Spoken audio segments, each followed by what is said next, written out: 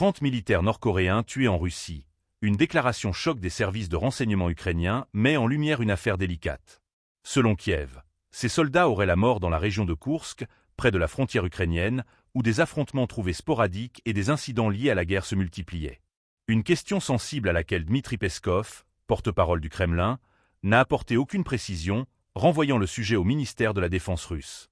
Abonnez-vous et partagez cette vidéo pour ne rien manquer des développements cruciaux sur ce sujet. Cette annonce, bien que non confirmée par Moscou, soulève des interrogations importantes sur la nature de l'implication nord-coréenne dans le conflit en Ukraine. Le gouvernement russe n'a, à ce jour, jamais officiellement reconnu la présence de militaires nord-coréens sur son territoire ou dans des zones de combat. Pourtant, des experts estiment que Pyongyang pourrait avoir fourni un soutien clandestin à son allié russe sous forme de mercenaires ou de spécialistes militaires. Si ces décès sont avérés, ils marqueraient une nouvelle étape dans la complexité géopolitique de la guerre en Ukraine. Le contexte dans lequel ces 30 décès auraient eu lieu reste flou. La région de Koursk, située à quelques dizaines de kilomètres de la frontière ukrainienne, a été le théâtre d'incidents fréquents liés à la guerre.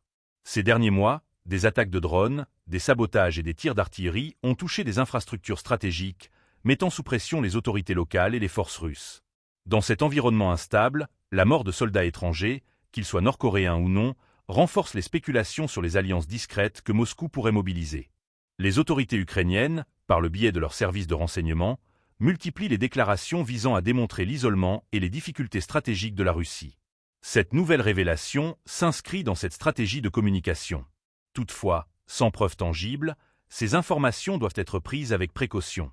Le Kremlin, fidèle à sa ligne habituelle, a choisi de ne pas commenter ces accusations, un silence qui, pour certains analystes, pourrait signifier un malaise face à une possible fuite d'informations embarrassante.